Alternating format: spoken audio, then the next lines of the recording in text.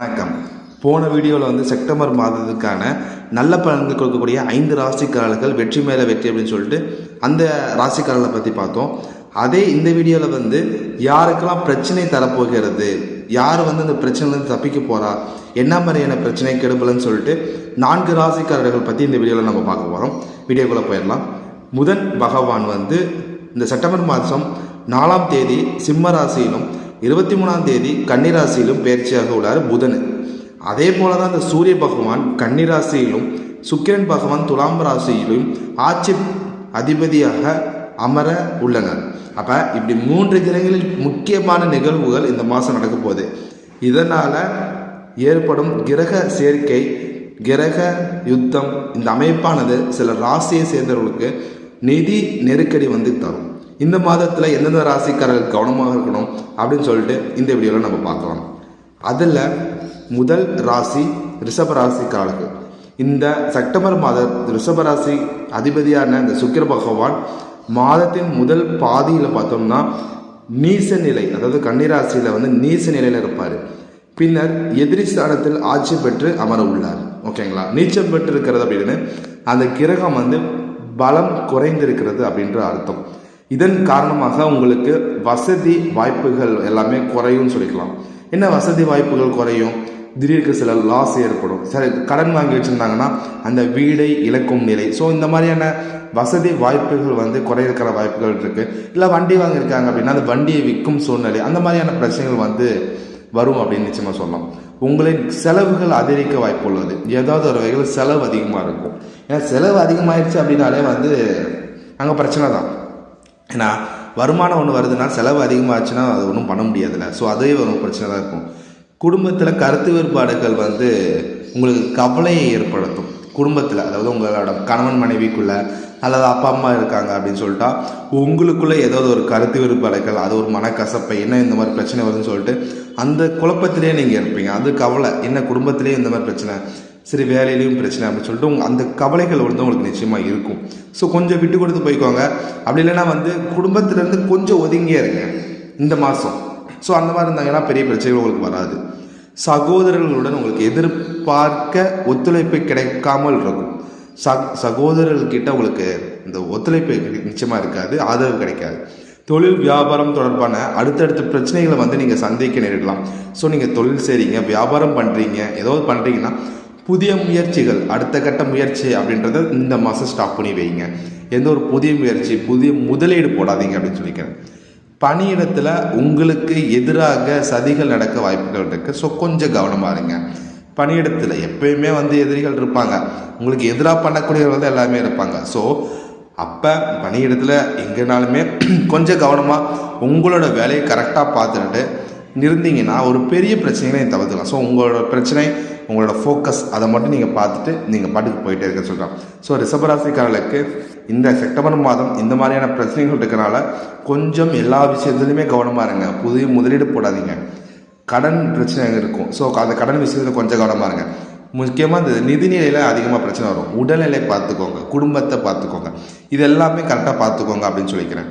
அடுத்து மிதுன ராசிக்காரர்களுக்கு என்ன மாதிரியான கெடுபலன்கள் கொடுக்கும் அப்படின்னு சொல்லிட்டு நம்ம பார்க்கலாம். இந்த மிதுன ராசியை சேர்ந்தவர்களுக்கு இந்த செப்டம்பர் மாதம் நிதிநிலை அப்படின்னு பார்த்தோம்னா ஏற்றம் இறக்கமாக இருக்கும். சில டைம் அதிகமாக இருக்கும், சில டைம் கையில் ஒன்றுமே இருக்காது. ஸோ அந்த மாதிரியான நிதிநிலை தான் இந்த மாதம் நீங்கள் சந்திக்க போகிறீங்க. செவ்வாயின் அந்த அமைப்பு உங்களோட சகோதரர்களுக்கு இடையே மனக்கசப்பை ஏற்படும். இந்த செவ்வாய் இந்த கோச்சார ரீதியாக இருக்கக்கூடிய அந்த கிரக அமைப்பு அப்படின்றது உங்களோட சகோதரர்கள் சகோதரிகள் யாராச்சும் இருந்தாலுமே உங்களுக்குள்ள சில மனக்கசப்பு, சில கருத்து வேறுபாடு வர்றதுக்கான வாய்ப்புகள் இருக்குது. ஸோ கொஞ்சம் அதில் கேர்ஃபுல்லாக இருங்க. உங்களோட கோபத்தை கட்டுப்படுத்தி நீங்கள் நிதானமாக நடந்துக்கணும். எல்லாருக்கிட்டேயுமே எங்கே எடுத்தாலுமே உங்களுக்கு கோபம் கண்டிப்பாக இருக்கும், கோபம் வரும். ஸோ அதெல்லாம் கட்டுப்படுத்தி இந்த மாதம் நீங்கள் கட்டுக்கோப்பாக இருக்கணும், நிதானமாக இருக்கணும். எந்த ஒரு கோபம் வந்தாலும் ஃபஸ்ட்டு அந்த இடத்துல நிதானம் தான் தேவை. டக்குன்னு உங்களோட கோபத்தை வெளிப்படுத்தாமல் நிதானமாக இருங்க. ஸோ அந்த இடத்துல பெரிய பிரச்சனை நீங்கள் தவிர்த்து கொள்ளலாம். சரியான திட்டமிடுறதில் நீங்கள் கோட்டை விட்டுட்டு வேலையை முடிப்பதில் உங்களுக்கு சிரமம் ஏற்படலாம். ஸோ திட்டம் கரெக்டாக பண்ணுங்கள். இதை இப்போ இது பண்ணுறோம், இது இப்போ பண்ணுறோம், இது இப்போ முடிக்கிறோம், இது இப்படி பண்ணுனா இதை முடிச்சிடலாம் அப்படின்னு சொல்லிட்டு வேலை விஷயத்தில் கொஞ்சம் பிளான் பண்ணி பண்ணினீங்கன்னா உங்களுக்கு சிரமம் வந்து அப்படின்றது இருக்காது. உங்களோட வருவாய் குறையிறதுக்காகவும் வாய்ப்புகள் இருக்குது, உங்களோட வருமானம் குறையிறதுக்கான வாய்ப்புகள் இருக்குது. ஸோ ஓகேங்களா? அப்போ வருமானம் குறையும் பொழுது உங்களோட செலவுமே குறைச்சிக்கொள்ளுங்க. முடிஞ்ச அளவுக்கு செலவுகளை குறைச்சிக்கொள்ளுங்க. வருவாயை குறைச்சிக்கோங்க. அப்போ வருவாய் குறைஞ்சின்னா செலவுகளை குறைச்சிட்டிங்கன்னா ஒரு பெரிய பிரச்சனை உங்களுக்கு இருக்காது. அப்போ மிதுன ராசிக்காரர்களுக்கு செப்டம்பர் மாதத்தில் நிதிநிலை வந்து கொஞ்சம் கவனமாக இருக்கணும். வருவாய் குறையிறதால செலவை குறைச்சிக்கணும். கோபத்தை கட்டுப்படுத்தி நிதானத்தை அங்கே வைங்க. நிதானமாக இருங்க. ஓகேங்களா? சகோதரிக்கிட்ட கொஞ்சம் இதாக இருங்க. கேர்ஃபுல்லாக கொஞ்சம் கவனம் தேவை. அவங்களோட ஆதரவு உங்களுக்கு கிடைக்காது, சில மனக்கசப்பை ஏற்படுத்தும். வேலை என்ன விஷயத்துமா இருந்தாலும் திட்டமிட்டு செயல்படுங்க அப்படின்னு நிச்சயமாக உங்களுக்கு சொல்லிக்கிறேன். அடுத்து கன்னிராசிக்காரர்களுக்கு இந்த செப்டம்பர் மாதம் எப்படி இருக்குன்னு பார்த்தோம்னா, உங்களுக்கு புதன் பகவான் உங்களோட ராசி அதிபதி பார்த்தோம்னா 12ஆம் வீடுன்னு சொல்லக்கூடிய விரயஸ்தானத்தில் போய் அமர்றாரு. அதுக்கப்புறம் பார்த்தோன்னா ராசிலையும் மாற உள்ளார், உங்கள் ராசிக்கே வரப்போகிறார். அப்போ இந்த விரயஸ்தானத்தில் சஞ்சரிக்கும் காலத்தில் இந்த கன்னிராசிக்காரர்களுக்கு அதிக செலவுகள் ஏற்படும். ஏன்னா விரயஸ்தானம் அப்படின்னாலே உங்களுக்கு செலவுகளை கொடுக்கணும்ல, அதுதானே அவரோட வேலையே.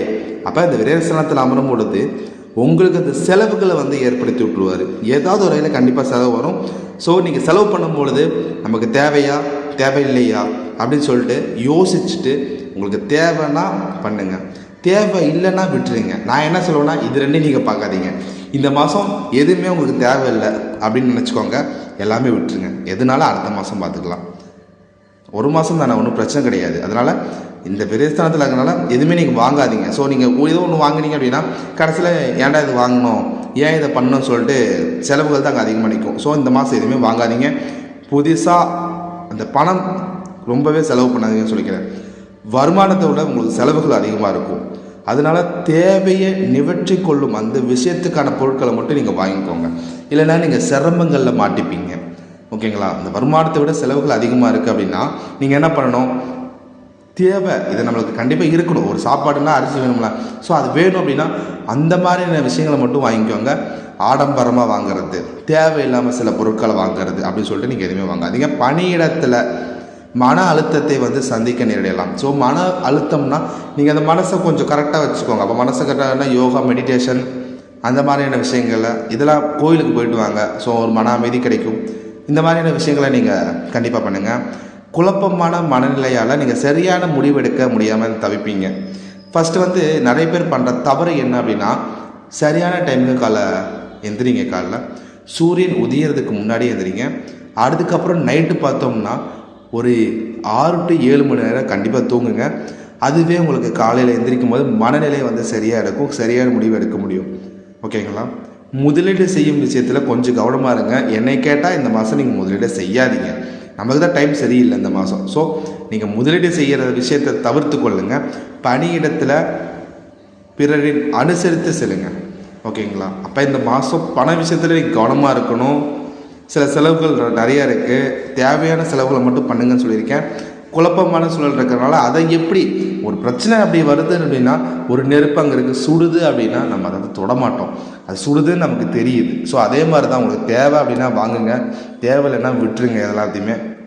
எதுலேயுமே கூடுதல் கவனம் தேவை தான். எதுவுமே புதிய முயற்சிகள் இந்த மாதம் வேணாம், புதிய முதலீடுகளுமே இந்த மாதம் வேணாம்னு சொல்லிக்கிறேன். ஓகேங்களா?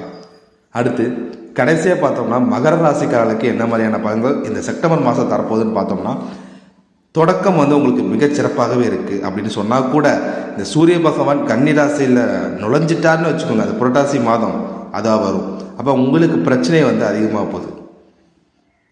அது ஒரு சனி வக்கர நிலையானது உங்களோட வியாபாரத்தில் நஷ்டத்தை தரவும் வாய்ப்புகள் இருக்குது. அப்போ ஒரு வியாபாரத்தை தொடங்க போகிறீங்கன்னா இந்த மாதம் தொடங்காதீங்க. வியாபாரம் பண்ணிகிட்ருக்கீங்கனாலுமே அது எப்படி மேம்படுத்தலாம், எப்படி ஆஃபர் போடலாம், ஸோ அதை மேம்படுத்துறதுக்கான திட்டத்தை நீங்கள் கையாளணும். எல்லாருமே ஒவ்வொரு வகையான தொழில் செஞ்சுட்ருப்பீங்க, வியாபாரம் பண்ணிகிட்ருப்பீங்க. அப்போ நஷ்டத்தை அதாவது லாபம் எவ்வளோ வந்தாலும் அவங்களுக்கு பெருசாக பாதிக்காது, சந்தோஷம்தான். ஆனால் நஷ்டம் வந்துருச்சுன்னா அவங்களுக்கு அதுவே உங்களுக்கு ஒரு மாதிரி பிரச்சனை தான். ஸோ வியாபாரத்தை கையாள்வதில் கொஞ்சம் கரெக்டாக பார்த்துக்கோங்க, கரெக்டாக அந்த டைமுக்கு பண்ணுங்கள், நல்ல வியாபாரத்தில் முன்னெடுத்து பண்ணுங்கன்னு சொல்லிக்கிறேன். உங்களோட கடின உழைப்புக்கு ஏற்ற பலன் வந்து இந்த மாதம் கிடைக்கிறது கஷ்டம்தான். நீங்கள் எவ்வளோதான் செஞ்சாலும் நம்மளை யாரும் திரும்பி பார்க்க போகிறது கிடையாது. ஸோ உங்களோட கடின உழைப்புக்கான ஏற்ற பலனும் இந்த மாதம் கிடைக்காது. தந்தையுடன் உங்களுக்கு உறவுகளில் வந்து சில மனக்கசப்பு ஏற்படலாம். தந்தையுடனான உறவில். ஸோ அதுலேயும் கொஞ்சம் கவனமாக இருங்கன்னு சொல்லிக்கிறேன். சொல்கிறத கேட்டுக்கோங்க. அதாவது நம்ம யார் சொன்னாலும் கேட்டுக்கலாம். இப்போ ஒருத்தர் சொல்கிறது சில விஷயங்கள்லாம் பார்த்தோம்னா நமக்கு கோபம் வர மாதிரி இருக்கும், சில கடுப்பு, சில ஏதோ இது எரிச்சல் தரக்கூடிய விஷயமா இருக்கும். ஸோ நீங்கள் யார் என்ன சொன்னாலும் அதை கேட்டுக்கோங்க. அது பிடிச்சதை மட்டும் நீங்கள் பண்ணுங்கள். ஸோ அப்போ உங்களுக்கு பிரச்சனை வராது. பணியிடத்தில் உங்கள் மீதான முக்கியத்துவம் வந்து குறைவோ வாய்ப்புகள் இருக்குது. ஓகேங்களா? அப்போ வேலை விஷயத்தில் நீங்கள் கிடைச்ச வேலையை, அதாவது என்ன வேலை, பிடிச்ச வேலை செய்வீங்க, பிடிக்காத வேலை நிறைய பேர் செய்வீங்க. அப்போ எது செஞ்சாலுமே உங்களுக்கு வேலைன்னு ஒன்று வந்துருச்சுன்னா அதற்கான சம்பளம் நீங்கள் வாங்க போகிறீங்க. அந்த வேலையை கரெக்டாக பண்ணிட்டு வாங்க. வேலையே முடிஞ்சு என்ன வேலை கொடுத்தாலும் கரெக்டாக பண்ணுங்க. அவ்வளோதான். நம்ம சும்மா ஒன்றும் வேலை செய்ய மாட்டோம். சேலரி கொடுக்குறாங்க. அப்போ அந்த வேலை செய்யும் பொழுது உங்களுக்கு முழு ஈடுபாடத்தோடு பண்ணுங்கள். பணியிடத்தில் உங்களுக்கு பிரச்சனை வராது. தந்தையுடன் சில உறவுகள் வரலாம். ஸோ அதையும் கொஞ்சம் பார்த்துக்கோங்க. வியாபாரத்தில் நஷ்டம் ஏற்பட வாய்ப்புகள் இருக்குது. ஸோ அதையும் கொஞ்சம் பார்த்துக்கோங்க. இந்த புரட்டாசி மாதம் கொஞ்சம் கவனமாக தான் இருக்கணும். எல்லா விஷயத்திலும் சொல்லிக்கிறேன். இந்த வீடியோவில் 4 ராசிக்காரர்களுக்கு என்ன மாதிரியான பிரச்சனைகள் கொடுக்க போகுதுன்னு சொல்லிட்டு எல்லாமே சொல்லிக்கிறேன். முக்கியமாக நிதி சார்ந்த பிரச்சனை தரதுனால இந்த 4 ராசிக்காரர்களுக்கும் புதிய முயற்சி, புதிய முதலீடுகள், கடன் வாங்குறதுல கொஞ்சம் பார்த்து பண்ணுங்க. தேவையற்ற பொருட்களை எதுவும் வாங்காதீங்க. தேவையான பொருட்களை மட்டும் வாங்கிக்கோங்க அப்படின்னு சொல்லிட்டு இந்த வீடியோ முடிச்சுக்கிறேன். இது போன்ற வீடியோவுக்கு மறக்காமல் கமெண்ட் செக்ஷனில் கமெண்ட் பண்ணுங்கள். நன்றி, வணக்கம், வாழ்க வளமுடன்.